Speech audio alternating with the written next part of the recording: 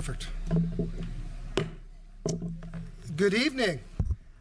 Welcome back to our Legislative Budget Conference Committee. I wanted to just welcome Assemblymember McCarty. Unfortunately, Assemblymember Gonzalez had to return back to her district on business. A number of days ago, we started our journey on this Budget Conference Committee, and we had 3 different budgets. Today, we have reached a compromise and have one budget. We have a lot to be proud of. We have an $8 billion rainy day reserve. We have also recorded many of the legislative accomplishments we've already made during the year, whether it's the minimum wage increase, the increase into the developmental disabled community, the restoration of IHSS, as well as the Senate Democrats' idea of the Prop 63 securitization to help those who are mentally ill and homeless. We also have a number of things after the May revise to be very proud of as well. We've reached agreement on the repeal of the maximum family grant. We're phasing in $500 million into child care and preschool rates and also slots. We also have set aside $400 million for affordable housing to continue the buy right discussion that will be continuing after this conference committee finishes. And we've also set aside more money for UC and CSU to ensure that Californians have greater access to those 2 amazing higher education institutions. And lastly, we've also funded more primary care slots so that we can get more health care into communities that are underserved. I just wanted to thank, most importantly, the Assembly budget staff, the Senate budget staff, LAO, Department of Finance, much of the hard work that is really to put this budget together is really thanks to all the staff members. And with that, I just wanted to see if Senator Leno or Assemblymember Obernolte had any comments as well. Thank you, Mr. Chair. I think you said it more than fairly well and comprehensively. These conference committees and budgets are always a challenge. This has been my 10th conference committee, astoundingly, and there have been many darker days than what we are facing today. These are the good times, and we're very fortunate. And working with the administration, we have been able to restore and improve upon not only our investments in social safety net, which was completely tattered through the depths of the recession, but also, as we do at times, through our investments, adjust public policy to meet a better end as well. It's always a challenge also to look at the compromise as a glass half full rather than half empty, because there are disappointments as well. We don't have to dwell on those. No one gets everything that he or she wants, and it is always a 3-way discussion and finally a 3-way compromise. So I'll save my thanks until we actually get through the work, but we're on a very good path right now, and I think we can all be proud of what we're going to be delivering to the people of California. Thank you. I'd just like to say thank you to all of the people involved in this process. It is an incredible amount of work to put this together, and so I'd like to say thank you not only to my own staff, but all of the legislative staff, the budget and committee staff on both sides of the aisle in both chambers, and the administrative staff for helping to make this go smoothly. It's compressed into an incredibly short time frame, and I had no idea from an outsider's perspective how much work was required, so thank you very much to all of you. Thank you. And with that, Thank you, Mr. Chair. Just to recognize that our Senate Republicans are doing their due diligence in preparing for the hearing tonight, and given that the process is never perfect, they were a little shortchanged an opportunity for briefing today. So I know that they're following the proceedings as they continue to be briefed, but that's why you don't see their faces here, but they'll be here very soon. They're only doing their job. Thank you, Senator. And with that, Ms. Costa. Thank you, Mr. Chair and members. Good evening. Amy Costa with the Department of Finance. The governor's budget proposal included three key portions that we've spoken about frequently throughout the budget season. Those include, number one, a robust reserve to provide funds for the state to weather the next inevitable economic downturn. Number two, limiting the state's ongoing liability by limiting new ongoing proposals. And lastly, utilizing one-time funds for state infrastructure. The package before you this evening preserves those key elements of the governor's budget. The administration appreciates the legislature meeting the governor's reserve fund by approving the $10 billion investment into the Prop 2 Rainy Day Fund. This will bring our Prop 2 Rainy Day reserve to $6.7 billion, or half of the constitutional target for the Rainy Day Fund.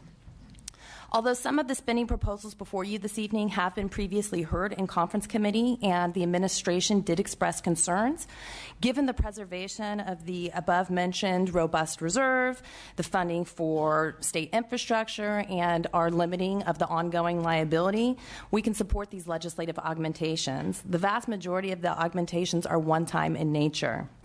With that, I'm happy to answer any questions. Thank you, Ms. Costa. Assemblymember Olson. Thank you, Mr. Chair.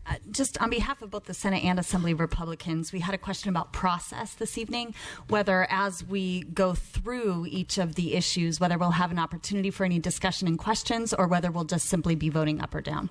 There absolutely will be opportunity for discussion and questions. Okay, thank you. Thank you. Okay, and seeing no other questions, let's begin with issue number one, budget reserves and rainy day fund. Ms. Costa. Thank you, Mr. Chair. As I just mentioned, we do appreciate the legislature recognizing the need for a robust reserve, and the item before you includes a $2 billion deposit into the rainy day fund, as well as assuming the Department of Finance property tax assumptions. Thank you. Any questions or comments on issue one? I have a motion. Do I have a second to accept? Second. Do we... Let's have a vote. Do we have a vote on issue one to approve issue one? 5-0 on the Assembly side? 4-0 and 5-0. And we'll keep it open. And we'll keep it open for Senator Nielsen. Absolutely. Thank you. Issue two, overall Proposition 98 funding. Thank you. Yes, the proposal before you is to approve the governor's proposed Prop 98 levels, which would be $67.2 billion in 2014-15, $69.1 billion in 2015-16, and $61.9 billion for 16-17. As I stated previously, it does include the administration's property tax revenue forecasts. Thank you. Any comments or questions? Move to approve. Move to approve. Do I have a second? Second. Can we have a 5-0 from the Assembly? We have a 5-0 from the Senate. Thank you. Go back and just take care of that first one. Senator Nielsen? Senator Nielsen? For issue one, we had a 5-0 and a 4-0 vote. Did you want to add on to that? Okay, 5-0. Thank you. Issue number 3, early child care and education. Thank you, Mr. Chair. In the interest of time, I'll just highlight a couple of issues. Obviously, we're happy to answer any questions that members may have. I think one of the items I would highlight on the Early Care and Education Conference Compromise is that we have increased rates here, largely to address the new minimum wage. Additionally, we have a proposal to create new preschool slots, approximately 8,877 full-day preschool slots, phased in over 4 years. With that, we're happy to answer any questions. Thank you. Member Olson.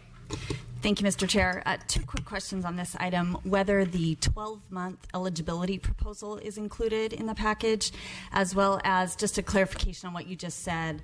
I believe Ms. Gonzalez raised it last week, whether people earning the new minimum wage will still qualify for child care.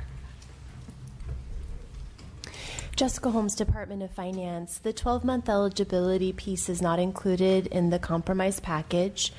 In terms of your question regarding the income eligibility of families under the new minimum wage, the package does not include additional funding to increase the income eligibility. In terms of whether or not families would be income eligible under the new minimum wage, I would have to get back to you on that. I don't know if the LEO has done any look at that. Okay, thank you. I realize this is a very late hour, but I also know there's wide bipartisan support for 12-month eligibility, so I would encourage the conference committee to consider such. Thank you. Assemblymember McCarty. Thank you, Mr. Chair. I just want to note that I'm certainly pleased we have a conference compromise package before us, but more importantly, a package that really, frankly, makes sense and brings about, I think, a bipartisan approach to make a sound investment in our earliest learners. Nothing more that we could do to focus on student achievement. And I will note, too, that this focuses on access and quality. And I know there's many concerns that the proposal to eliminate TK and abandon the mixed delivery system were somewhat on the table. And those, of course, aren't there here today. And so appreciative of that. And I think this makes sense going forward for California. Thank you. Thank you. Senator Hancock. Yeah. First, just a comment to the chair. It would be helpful if we could reference the page in our agendas. Absolutely. Thank you. You know, when this comes up, because otherwise it's a little hard to follow. But I do have a question about page 3, item 4 in our agenda, which relates to the placeholder trailer bill to implement the child care.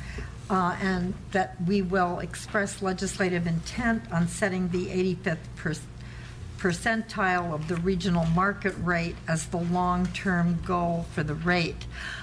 I also wanted to clarify that there will be language in the trailer bill to tie the regional market rate to the most recent current survey. The compromise package includes an update of the rates to the 75th percentile of the 2014, which is the most recent survey. In addition, it includes intent language, both that the intent of the legislature is to move towards the 85th percentile, and the intent language that expresses the intent of the legislature to move towards to continually look towards moving to the most recent survey to the extent that resources are available. Right, but we are going to have the most recent survey, so we don't have to try to update it every single time we yes, get a survey. the package includes the most recent survey. Great, thank you very much. Thank you. Senator Leno. Thank you, Mr. Chair. Just in respectful recognition of the ardent advocacy of the Legislative Women's Caucus, which has made this a top priority, reinvesting in early care and education. It is, of course, not everything that they or we could have hoped for, but I do want to say that this is a very respectful effort in getting us back on track to addressing the over 200,000 children who are on our waiting list right now, and it's done in a very sustainable fashion.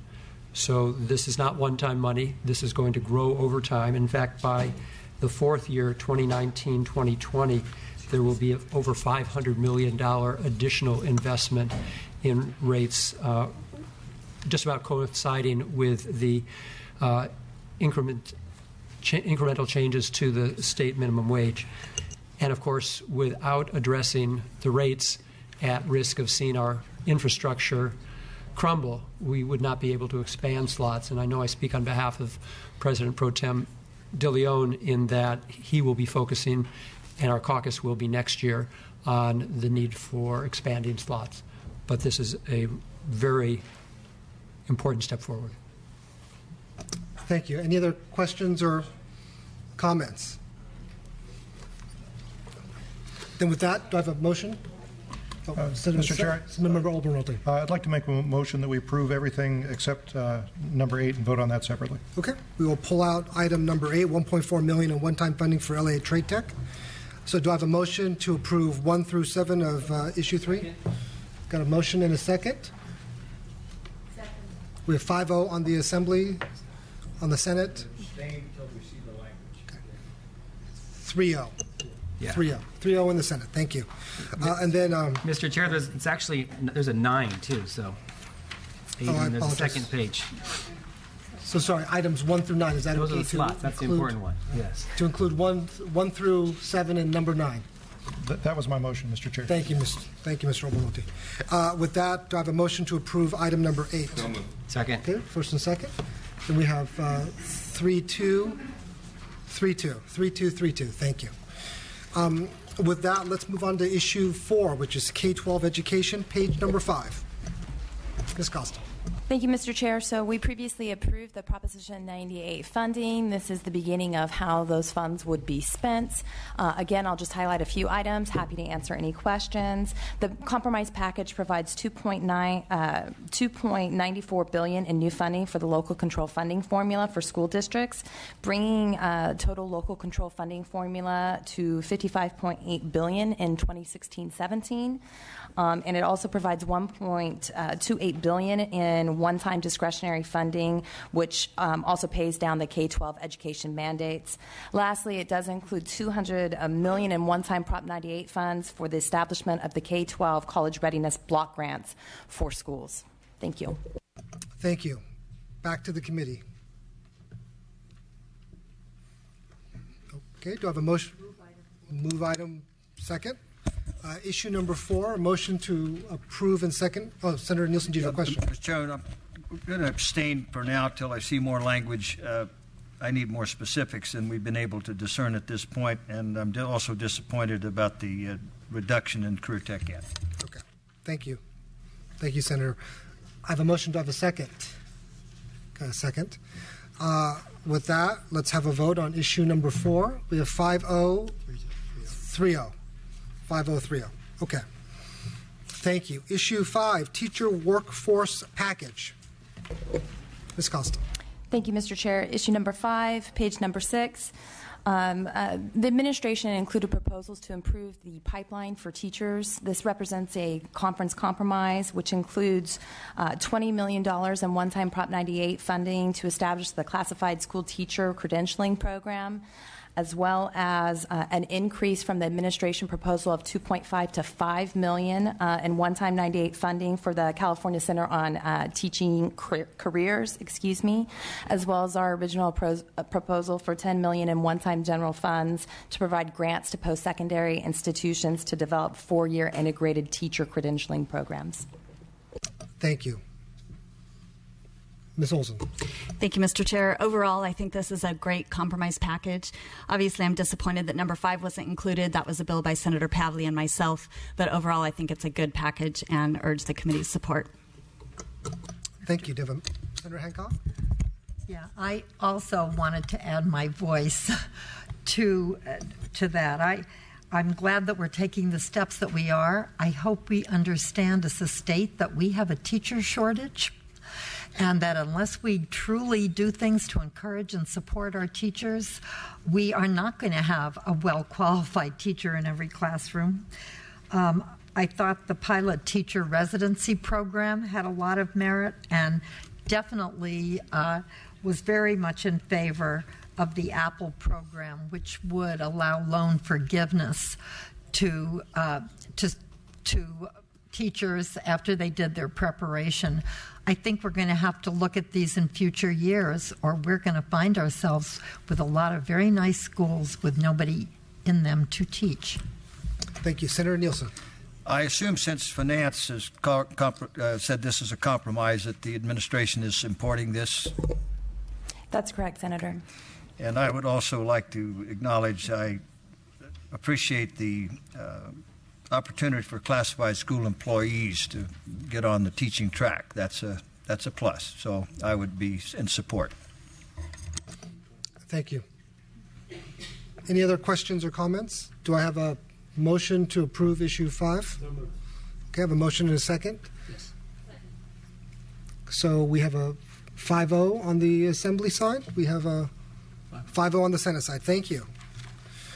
With that, let's move to issue 6, page 7, academic and behavioral support programs. Ms. Costa. Thank you, Mr. Chair. Again, this was originally an administration proposal. This represents a conference compromise. The package before you includes $20 million in one-time Prop 98 funds to support local education agencies with implementing multi-tiered systems of support, which is to support academic, behavioral, emotional, and social needs of students. Thank you. Back to the committee. Any questions or comments? Okay.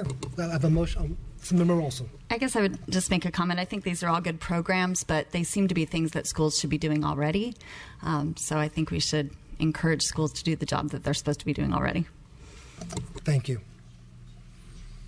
So I have, I believe, a motion and a second. Perfect. So issue 6. We have a 4-0 and 5-0. Thank you. Page 8. Page 8, other investments in K-12 education. Issue 7, Ms. Costa. Thank you. As the title indicates, there are other investments in K-12. I'll highlight just a few. In the package includes $2 million in one-time Prop 98 funding for school breakfast startup grants. Additionally, there is an approval of the Governor's May revision proposal to provide an additional $2 million in ongoing funding to support the Student-Friendly Services College Planning website. Thank you. Senator Hancock. Again, I have to make a comment. I'm very much in favor of all the other investments that we're making. I'm very disappointed about item number 4 on page 8, which is that there is no funding and no COLA for our after-school programs. And again, would simply want to stress for all of us that those after-school programs keep young people safe at the time of day from 2 in the afternoon to 6 at night, when they are most likely to be victims of crime or perpetrators of crime, when they are most likely to have self-reported sexual activity leading to teen pregnancy. This is such a good investment at $7.50 a day per student, when to have a young person end up in juvenile hall is $200,000 a year. I think, honestly, that the state is shifting investments. This should be something, I think, in Prop 98 or in our general fund, because when schools fail a child, that child drops out or whatever, gets into trouble, those costs shift to the county or the state. And it's not actually a cost saving in my view. Having said that, I do think the rest of the package is good. Thank you, Senator. Senator Leno? Thank you, Mr. Chair. I can't disagree with Senator Hancock's comments, but let me balance the scales just a little bit and point out some very important investments here, along with the previous item where we're investing $18 million to provide grants for dropout and truancy prevention programs, something that our Attorney General has been working on for 10 of her professional years, make sure that we get our students into the classroom. Those who are missing upwards of 15, 20, 30% of the school year are not going to be reading at third grade levels, are never going to catch up, and more likely to drop out and not get their high school diploma. And that also dovetails into Senator Hancock's concern about our pain on the back end. But then once we get them into the classroom, we have to make sure that they're able to succeed. And the investment in school breakfast startup grant program is going to assist them in their ability to focus, because for many of these students, the only meal they're going to get, if not before noon, the entire day is in their school. So again, not everything that we'd ask for, but very important step forward. Thank you, Senator. Assemblymember Olson. Thank you, Mr. Chair. Just a couple of highlights. One, I agree with Senator Hancock on her comments about after-school programs. I also wanted to highlight, I appreciate the inclusion of the funding for best practices when it comes to effective teaching of English language learners. I think that can go a long way to improving student achievement outcomes in the state. There's a few things I don't love. For example, I don't know that we need to study whether full-day kindergarten is valuable. I think we all know how valuable it is. So to spend $150,000 on a study is a bit irritating. A couple other things I don't love, but overall it's a good package. Mr. Chair, if I may, just on that point, it's actually to study the cost of full-day kindergarten. So that makes it a little bit better. Thank you. I would concur with you, Assemblymember Olson. We are trying to study the cost of full-day kindergarten in hopes that someday we can figure out how to make sure we fully fund it. I also wanted to concur with Senator Hancock. I think my concerns, and hopefully that we can find a future way to fund after-school programs. My two kids are in after-school programs, and I know that if they weren't, that we'd have to pick up our children at 2:40 p.m. every day, and without that, we would not be able to work. So I know that many other families are in similar situations, so our hope is that in future budgets we could tackle that item. But with that, do I have a motion to approve issue 7? I have a motion. Second? With that, let's look at a vote. I have a 4-0-50. Thank you. Let's move on to issue 8, page 10, K-12 education trailer bill. Thank you, Mr. Chair. These are trailer bill proposals in this package, the first of which is a trailer bill specifying the Math Readiness Challenge Grant shall be administered by the Department of Ed. This is similar to 12th grade curriculum CSU developed for English, and they'd be working on creating something similar for math to prepare 12th graders for college-level coursework. We also have trailer bill language that would require the California Department of Education to apportion 3/4 of the total funding for the K-12 high-speed network by August 31st. These are for local education agencies that lack infrastructure. Thank you. Thank you. Senator Nielsen. Mr. Chairman, we were still briefing when you began. Did you make mention of how we will be handling the trailer bills? Will they be heard in some committee on Monday, or how are we going to be dealing with trailer bills? They'll be in print on Monday. So in print on Monday? Yes. Okay, and will we be voting for them in committee? Yes. Will we have full budget committee hearing, or will they come directly before? No, we'll have full budget committee. Okay, we'll have a budget committee hearing. That is important to be able to see them. I'm going to vote for this, but the reservation is that the only thing that counts is the actual language in the trailer bill. And so I would reserve, though I may vote for something here, when I see the trailer bill language, that could very significantly change my point of view. Of course, Senator. Thank you. Senator Bates. Just clarification, Senator Leno, did you say there would be a full budget committee hearing on Monday following the bills being in print? That is the plan. That's the plan? Yes. Okay.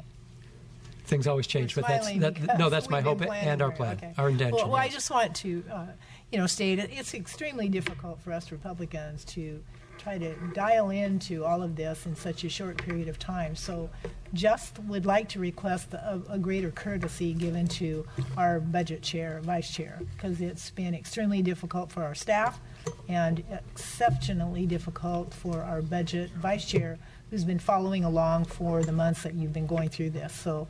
It's just a plea from someone who's not been involved, and I'm trying to catch up too. So thank you very much. Senator Bates, if I may, Mr. Chair,